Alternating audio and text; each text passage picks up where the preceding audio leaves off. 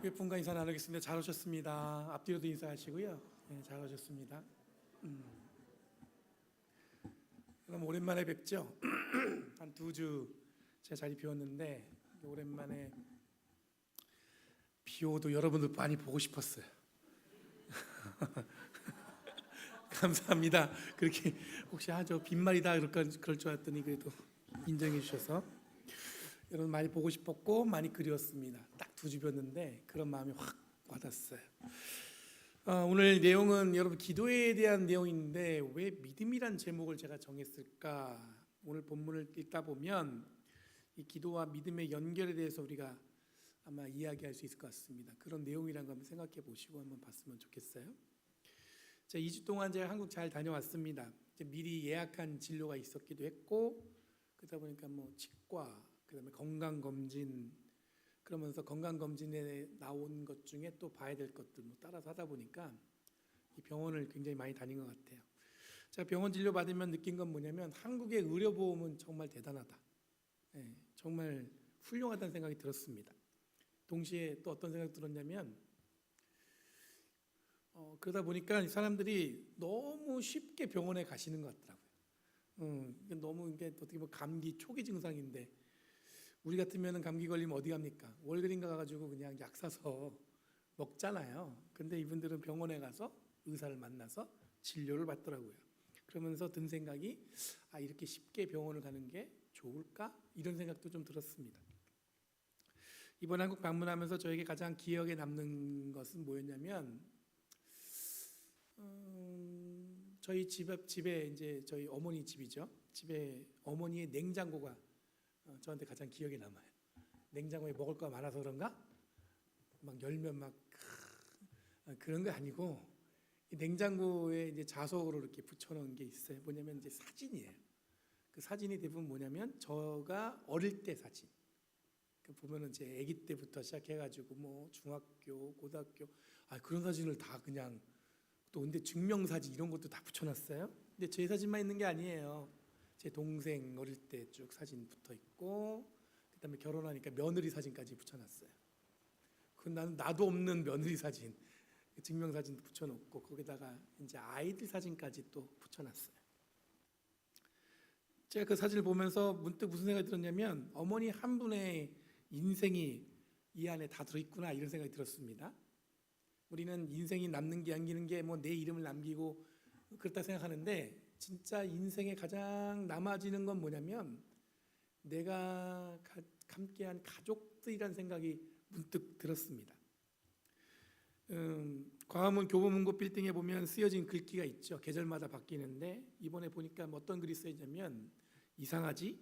살아있다는 건 참 아슬아슬하게 아름다운 일이란다. 이 최승자라는 시인이 쓴 겁니다. 그 제목이 뭐였냐면 20년 후의 지에게. 굉장히 아마 시를 좋아하시는 분들은 이 최승자 시인의 옛날 시구 중에 하나예요. 이상하지? 살아있다는 건 참 아슬아슬하게 아름다운 일이란다. 그 시 한 절을 읽으면서 제가 이제 동시에 냉장고도 보면서 이 삶을 이렇게 깊이 이해해 본 적이 있나 싶은 그런 생각이 들었습니다. 추석 명절에는 제가 경복궁을 초등학교 이후에 처음 가봤어요. 뭐 서울 사람이기 때문에 제가 그런 잘 안 가죠. 어쩌다가 이제 가본 거예요. 일단은 공짜로 갔었습니다. 입장료 무료 이 말에 들어갔더니 오랫동안 손을 봐서 한동안 개방하지 않았던 것까지 다 보게 되었어요. 그러다 보니까 넓고 넓으면서 너무 좋다는 생각이 들었습니다. 그러면서 동시에 뒤에는 인왕산 또 궁이 있잖아요. 그리고 앞에는 뭐가 있냐면 빌딩들이 쭉 올라서 있잖아요. 세상에 이런 도시가 있을까? 어떤 그런 특별한 느낌을 아주 굉장히 새로웠습니다. 예전에도 봤는데 이번엔 더 새로워지게 느껴진 거죠.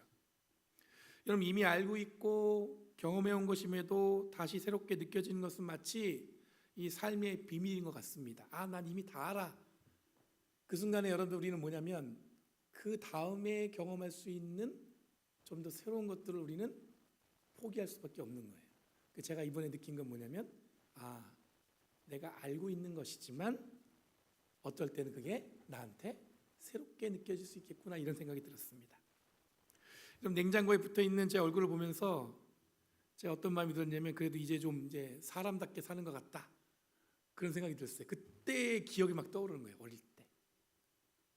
그러면서 약간 미소가 얼굴에서 생긴 이유는 뭐냐면 지나간 시간을 돌아보면서 느꼈던 아쉬움 그리고 어색함이 함께 아마 느껴져 있는 것 같습니다. 아 그때 이렇게 철없이 굴었지 뭐 이런 생각이 들면서 하나님이 지금 나를 이렇게 만들어가고 계시구나. 저에게 이런 시간을 허락해 주신 교회에 너무나 감사드립니다. 제가 너무 감사했어요. 아 목사가 2주 비운데도 안마 안 하고 잘 갔다 오라고 얘기해 주셔가지고 너무 감사했고 그 귀중한 시간 속에서 제가 느낀 거를 나누고 싶었어요. 원래는 굉장히 길게 얘기해야 되는데 짧게 얘기하다 보니까 그냥 이 정도까지만 얘기하는데 가족들만의 시간만 보낸 게 아니고 제가 오랜만에 한 깊이 어떤 목회에 대한 고민을 나누는 이 동역자들도 만났어요. 10년 전에는 미국에서 같이 있다가 돌아간 분들도 만나고 그러면서 지금은 한국에서 나름대로 특별한 자리에 있는 어떤 특별하다기보다는 정말 최선을 다해서 목회하는 분들 그분들과 이야기하면서 느끼는 공감대 함께 나누는 고민은 참으로 귀하고 소중했던 것 같습니다. 환대의 기쁨도 있었지만 그보다 어떻게 교회를 좀 더 크게 마음을 쓰면 앞으로 기독교는 어떻게 갈 것인가 뭐 이런 거에 대해서 좀 고민했던 것 같아요. 어떻게 세상에 복음을 전할 수 있을까? 그런 이야기를 나누면서 공감, 기대 그리고 뭐냐면 우려와 후회 참 이랬으면 좋았을 걸 이런 것들도 많이 느끼는 그런 시간이었습니다. 여러분 시간은 순식간에 지나갔지만 제가 깊이 묻어온 마음은 제가 이 시간에 풀어내기에는 굉장히 묵직한 이야기들이 많습니다.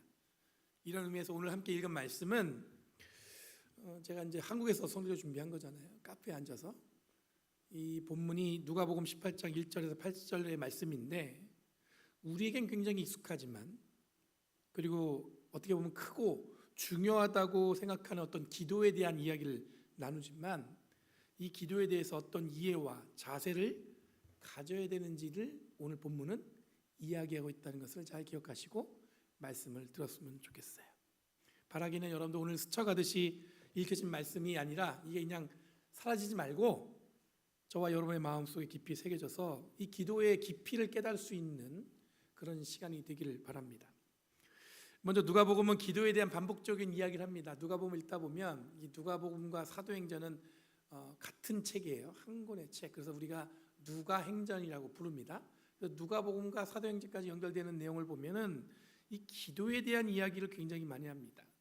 기도하는 예수님, 기도하는 제자들 통해서 이 기도가 또 어떻게 연결되어 있는 얘기하냐면 기도만 얘기하는 게 아니라 기도를 통해서 그들은 성령 충만했더라 이런 이야기를 누가복음은 기록하고 있어요. 기도만 예수님이 기도했더라 이게 정도가 아니라 그랬더니 제자들도 기도했더라 거기서 멈추는 게 아니라 기도했더니 성령 충만했더라. 그리고 이 성령 충만함을 통해서 제자들이 어떻게 됐냐면 변화되었고 복음을 전할 수 있는 능력을 갖게 되었다는 이야기로 가득 채워져 있습니다. 그러므로 기도는 단순히 기도 자체에서만 머무르는 게 아니라 기도를 통해서 어떤 깊은 영적인 이끌림으로 구체적인 어떤 삶의 실천적인 삶을 동반되어져야 됨을 누가복음은 보여주고 있어요. 기도만 한 게 아니라 기도를 통해서 어떻게 삶이 구체적으로 사라졌는가를 계속 보여주고 있다는 뜻이에요. 다시 말해 기도는 정적인 개념이 아닙니다. 가만히 앉아서 어느 공간에서 하는 게 아니라 역동적이면서 사람들을 변화시키고 전혀 일어날 것 같지 않은 일들이 이 기도를 통해서 일어날 수 있도록 이끌어주는 어떤 영적 자양분이라는 것을 여러분들 기억하시면서 오늘 본문을 보셔야 돼요. 우리는 기도의 모양, 어쩌면 통성으로 하는가 조용히 하는가에 대한 관심을 갖습니다. 어떤 방법으로 해야 될까? 그런데 기도는 그런 것이 중요한 것이 아니라 우리들의 삶을 어떻게 변화시키는가와 연결되어 있는지를 찾아보는 게 더 중요하다는 거예요. 기도할 때 조용히 하는 게 좋아요? 소리내서 듣는 게 좋아요? 아니 그런 것보다 중요한 거는 기도는 어떻게 나의 영적인 상태와 연결되어질지 그게 중요하다는 겁니다. 예수님이 오늘 본문에서 시작하는 기도의 개념은 어떻게 시작하냐면 기도는 늘 하는 것이고 기도를 통해서 낙심하지 말라 이렇게 얘기하고 있습니다. 1절에 보면 이렇게 나옵니다. 늘 기도하고 낙심하지 말아야 한다는 뜻으로 오늘 읽은 비유를 말씀하셨다 이렇게 돼 있습니다. 그러니까 오늘 불의한 재판관에 대한 비유잖아요. 다 잘 아는 이야기죠. 근데 그 이야기를 왜 전했어요? 기도는 어떻게 하라고요? 늘 하라. 그리고 뭐예요? 낙심하지 말아라. 그래서 이 비유를 말씀하셨다는 거예요. 즉 기도는 늘 하는 것이며 낙심하지 않기 위해서 기도한다는 것입니다. 우리가 반드시 오늘 기억할 건 뭐냐면 기도는 어쩌다가 하는 것이 아니에요. 뭔가 문제가 생겼을 때, 어려운 일 생겼을 때 그때 하는 게 아니라 기도는 언제 하는 거예요? 늘 하는 거예요. 늘 하는 건데 이 기도를 통해서 우리는 어떨 수 있습니까? 낙심하지 않도록 우리를 어떻게 해요? 이끌어 가신다는 거예요. 그럼 기도하면 여러분 간절히 기도 하나님이 들어주십니다. 물론 그렇게 믿죠. 근데 기도의 가장 오늘 예수님이 말씀하시는 첫 번째 중요한 건 뭐냐면 우리를 어떻게 할 수 있도록? 낙심하지 않도록. 2절에 보면 한 재판관을 소개합니다. 하나님도 두려워하지 않고 사람도 존중하지 않는 재판관, 그렇게 소개하고 있어요. 이 말은 세상 무서울 거 없이 살아간다는 겁니다. 하늘도 무섭지 않아요. 땅도 무섭지 않아요. 이 말은 뭐냐면 자기 자신만을 믿는 거예요. 그러니까 뭐 누구의 얘기도 뭐 하나님 뭐 이런 거 없어요. 자기 자신만을 믿는 사람이라는 그런 존재로 읽혀집니다. 예수님은 여기에 과부 한 사람을 등장시킵니다. 이 과부는 바로 세상 무서운 것 없이 살아가는 재판관에게 본문에 어떻게 나와 있냐면 줄곧 찾아가서, 그러니까 본문은 그 재판관이 어떤 사람인지 소개하고 있잖아요. 근데 이 과부는 어떠냐면 줄곧 찾아가서, 3절에 보면 이렇게 쓰여져 있어요. 줄곧 찾아가서, 지치지 않고 줄곧 찾아가서 이 문장 속에 이 과부가 세상 무서운 것 없는 재판관의 무시와 무관심에 어떻게 대처했는지를 보여주는 문장이에요. 그 사람이 그런 줄 알아요. 근데 이 과부는 어떻게 했어요? 줄곧 찾아가서. 이런 무심과 무관심에도 이 과부는 이 재판관을 줄곧 찾아가서 자신의 적대자로부터 자신의 권리를 찾아내려고 졸랐다, 이렇게 본문은 기록되어 있습니다. 그래서 졸랐다는 액티케오라는 헬라어를 사용했습니다. 그 말은 어떤 뜻만 졸라댔다는 뜻만 담겨 있는 게 아니라 법적으로 정의롭게 판단되는 것을 요청하는 거예요. 정의롭게 좀 자신을 갖다 이렇게 바꿔달라고 그런 요청도 담겨져 있는 거예요. 그냥 막 졸는 게 아니라 나를 좀 정의로운 곳으로 그렇게 판단해줘서 좀 잘 세워달라고 요청하고 있는 겁니다. 최근에 전 개인적으로 가까이에서 3개의 소송을 경험했습니다. 하나는 저희 교회 건물에 대한 소송입니다. 나머지 2개는 가까이 계신 분들이 겪고 있는 개인의 소송에 관한 내용들이었습니다. 이런 교회 건물에 대해서는 다행히 저희들이 원하는 대로 잘 풀린 것 같아요. 최종 판결은 안 냈는데 그 법원에서 이미 썼더라고요. 근데 보니까 이제 저희가 이제 이겼다라는 표현이 맞는지 모르겠지만 우리가 원하는 대로 그렇게 판결을 한 것 같아요. 근데 다른 소송을 지켜보니까 이 법이 주는 난해함과 해석의 절차가 어려움, 그리고 우리는 속 시원하게 법이 뭔가를 이렇게 판결해 줄 것이라는 기대를 하지만 이 법이라는 것이 생각보다 우리들이 기대하는 것처럼 정의롭거나 속 시원하게 해결될 수 없다는 것을 간접적으로 경험했습니다. 이 사람들은 이렇게 자기 너무 억울한데 법이 내 편을 들어줄 것 같잖아요. 근데 그렇게 법이 속 시원하게 맞아, 네 편이야, 이렇게는 안 해준다는 거예요. 뭐 이렇게 해보니까 뭐 이렇고 저렇고 하여튼 복잡합니다.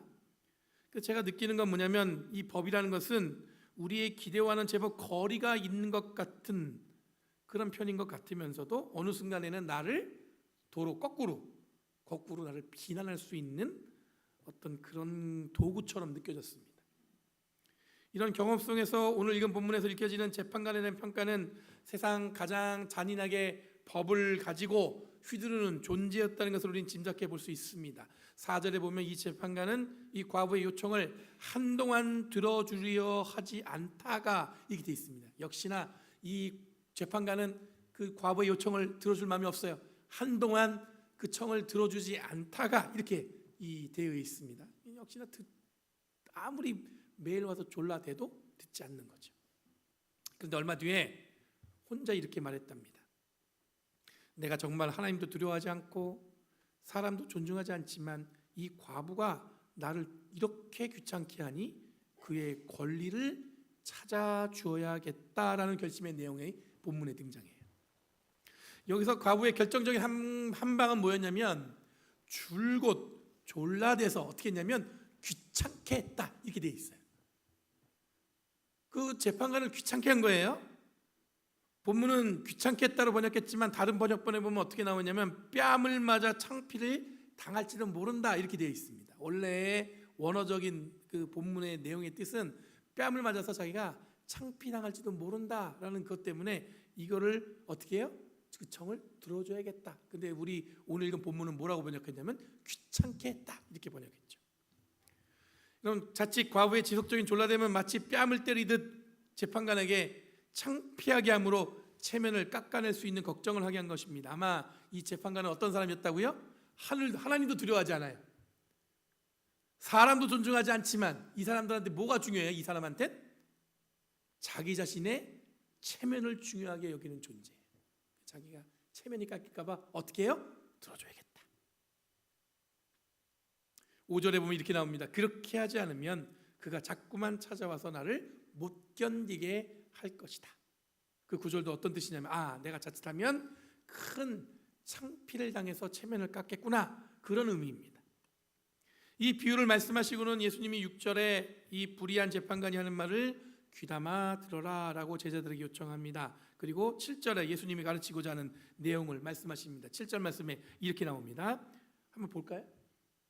영어로 보지 말죠.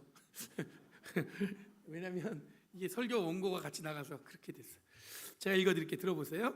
하나님께서 자기에게 밤낮으로 부르짖는 택하신 백성의 권리를 찾아주지 않으시고 모른 채 하고 오래 그들을 내버려 두시겠느냐. 간단하게 설명하면 우리가 읽혀진 대로 우리들이 간절히 졸라대고 이렇게 졸라가면서 밤낮으로 기도를 하면 불의한 재판과 또 과부의 청을 들어주는데 설마 하나님이 그냥 내버려 두겠느냐? 그리고 열심히 부르짖으면 하나님이 들어주실 것이다 라는 식으로 우리는 이 본문을 이해할 수 있습니다. 그렇게 읽혀질 수 있죠.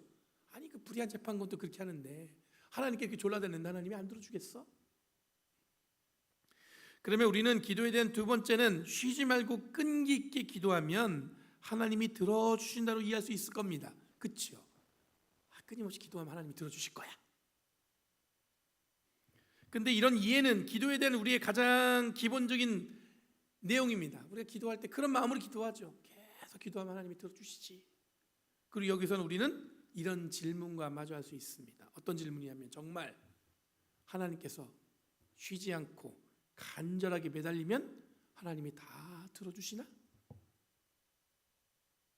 여기서 우리들은 경험적으로 그런 일이 일어나기 쉽지 않다는 걸 알 수 있어요. 열심히 기도했어요. 쉬지 않고 기도했어요. 그러면 그 기도한 대로 다 들어주셨어요? 여러분 계속 기도했는데 그 기도가 아직도 안 이루어졌다 또는 아직은 해보지도 않았지만 정말 기도한다고 그 일이 일어나겠어? 라는 생각할 수 있습니다. 그렇죠? 정말 내가 기도한 대로 이렇게 되겠어? 이렇게 기도하면 하나님께서 내 기도를 들어주실까? 이런 정말로 기도하는 것마다 다 하나님이 들어주신다면 세상에 불행하게 사는 그리스도인들이 없어야 되는 거 아닌가라는 질문을 던질 수 있습니다. 근데 예수 믿고 교회 다니는데 우리는 어때요? 힘든 일이 있어요? 없어요? 왜 없어요? 엄청 많아요. 기도하는데 왜? 여기서 우리는 예수님이 밤낮으로 부르짖는 기도에 대한 중요성을 말씀하신 것이 아니라 1절에서 미리 말씀하신 늘 기도하고 낙심하지 말라는 문장을 다시 한번 기억해내야 합니다. 예수님의 관심은 늘 기도함으로 낙심하지 않는 삶을 사는 것을 말하는 것입니다. 예수님이 여기에 관심이 있다는 거예요. 기도하라는 이유가 낙심하지 말라는 것에 관심이 있는 거예요. 이것을 기도의 능력으로 표현할 수 있습니다. 다시 말해 오늘 예수님이 본문을 통해서 말씀하셔 주신 것은 뭐냐면 늘 기도하며 낙심하지 않는 것에 대해서 이야기하고 있던 사실을 우리는 기억해야 된다는 거예요. 예수님은 기도가 성취되어지는 것에 대해서 이야기하신다기보다는 낙심하지 않는 것에 대해서 이야기하는 것에 더 무게를 두고 오늘 본문을 말씀하고 있다는 뜻이에요. 제가 오랜만에 만난 목사님께 한국에서 만났잖아요. 그 교회 다니던 예전에 기억나던 아주 정말 아름답고 에너지가 넘치는 어떤 그 청년이 기억났어요. 그래서 안부를 물었어요. 그 청년 잘 있나요? 그랬더니 그 목사님 하신 얘기가 그 청년이 어느 날 갑자기 주일날 딱 왔는데 그 다음 주부터 안 나오더래요. 그래서 왜 안 나오나? 근데 갑자기 안 나오더니 소위 말해서 길에서 만나도 속된 말로 이 쌩감이라는 걸 경험해왔대. 그러니까 이 목사님은 어떤 마음이냐면 이유도 모르겠고 답답해서 물어보고 싶은데 물어볼 방법도 없다는 거예요. 모르겠대. 오늘 갑자기. 저도 이런 비슷한 경험을 한 것 같습니다. 교회를 빠지지 않고 열심히 다닌 분인데 그분이 있었어요. 근데 교회에 나오질 않습니다. 전화도 안 받고 문자에 답도 없습니다. 그러다 보니까 어떻게 합니까? 그냥 그렇게 단절되는 거예요. 쏟아부은 정도 있고 에너지가 있는데 그냥 소멸되듯 아무 의미 없게 될 때 그 허탈함은 이로 말할 수 없습니다. 이런 경험 속에서 끊임없이 어떤 부어줘야 할 어떤 영적인 체험을 이야기하는 분들이 있어요. 뭔가 이렇게 교회가 자꾸 채워져야 되는데 그게 없어서 그런 거 아니냐. 좀 개인적으로는 이 얘기가 익숙하지만 잘 이해가 안 되는 게 이렇게 부어줘야 할 영적인 체험이 도대체 뭔지 잘 모르겠어요. 1:1 양육을 말하는 건지 기도를 말하는 건지 관심을 말하는 건지. 그런데 사람들은 늘 체험을 기대하고 요청하고 그것이 채워지지 않으면 이런 단절을 경험할 수밖에 없다고 이야기합니다. 저는 오늘 본문을 읽으면서 예수님도 이와 비슷한 경험을 하지 않았을까 이런 생각이 들었습니다. 갑작스러운 단절. 그렇게 주여 주여 하며 쫓아다니던 제자들도 있었을 거예요. 사람도 있었었는데 그들이 갑자기 사라지는 존재들을 아마 예수님도 보셨을지는 모르겠어요. 초대교회도 마찬가지로 비슷한 경험을 했을 거라는 생각이 들었습니다. 아까 말한 소송이 진행 중인 분은 그중에 한 분은 독실한 기독교인입니다. 자기 자신에게만 닥친 어려움에 대해서 입에 늘 달고 하시는 말씀이 뭐냐면 왜 나만 이런 일을 당하는가? 하나님이 피할 길을 주신다는데 왜 그러지 않는 거야? 이런 말을 계속 반복하시는 거예요. 곁에 듣다 보면은 그 답답함이 느껴지면서 오늘 본문에서 읽혀지는 예수님의 말씀이 계속 생각났습니다. 어떤 말씀이냐면 계속 말씀드리는데 늘 기도하라. 그리고 낙심하지 말아라. 과부는 아마 낙심의 연속이었을 것입니다. 아무리 졸라대도 들어지지 않는 이 재판장을 보면서 원망했을 것인데 그런데도 불구하고 이 과부는 달랐습니다. 지치지 않고 계속해서 어떻게 했냐면 졸라댔습니다. 사람들은 대개 이런 경우 두 가지 선택을 하게 됩니다. 하나는 포기하거나 또 다른 하나는 뭐냐면 다른 사람을 찾아가서 자기의 억울함을 해결해 보려고 노력합니다. 그런데 이 과부는 이 문제를 해결할 사람을 정확하게 직시하고 어떻게 했냐면 피하지 않고 그 사람을 향해 지치지 않고 자신의 억울함을 이야기합니다.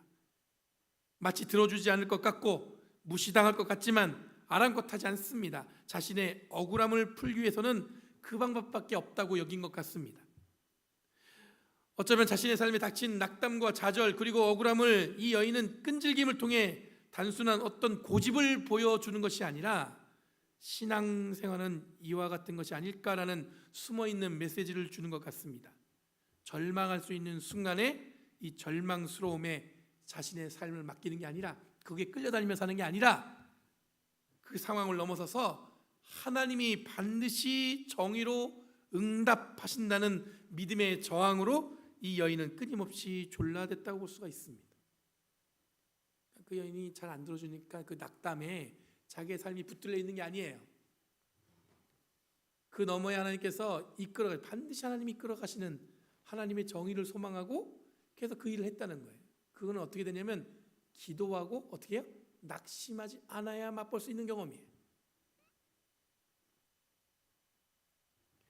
여기서 우리들은 명확한 신앙생활의 방향을 찾을 수 있습니다. 지속적으로 하나님의 정의가 실현됨을 기대하며 삶을 살아내는 것, 기도하면서 낙심하지 말고. 예수님은 이런 삶을 위해서 늘 기도할 것을 말씀하셨고 이 기도를 통해서 낙심하지 말라고 말씀하고 있는 겁니다. 그런데 본문은 여기서 마무리되지 않습니다. 8절 말씀에 보면 하나님도 우리에게 권리를 당연히 찾아주실 것을 말씀하지만 과연 이렇게 나옵니다. 인자가 올 때까지 그런 믿음을 세상에 지켜갈 수 있겠는가? 이렇게 물어보세요.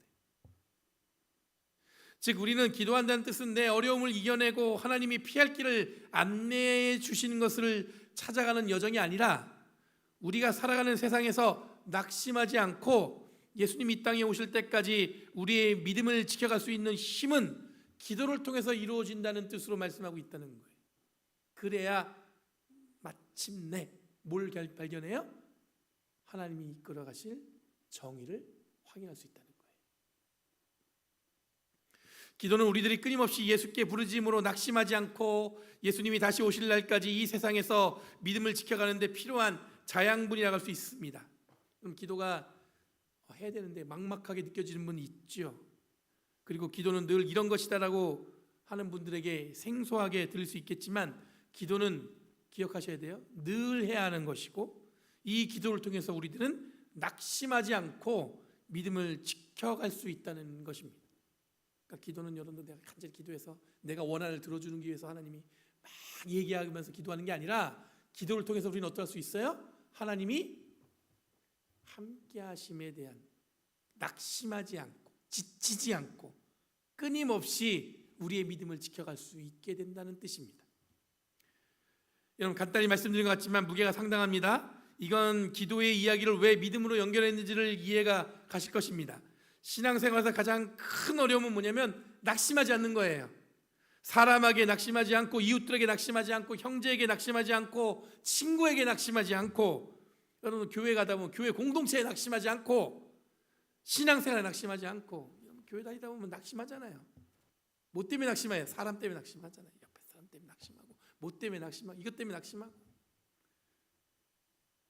여러분, 내 마음에 드는 것들만 존재하고 관계에서 낙심하지 않는 게 아니에요. 다 내 마음에 들어. 그럼 내가 난 낙심하지 않을 거야. 그게 그렇게 되는 게 아니라 늘 기도함으로 낙심하지 않는다는 사실을 기억하셔야 돼요. 내 마음에 들어서 낙심하지 않는다. 그 금방 여러분도 그거 다시 낙심하게 돼요.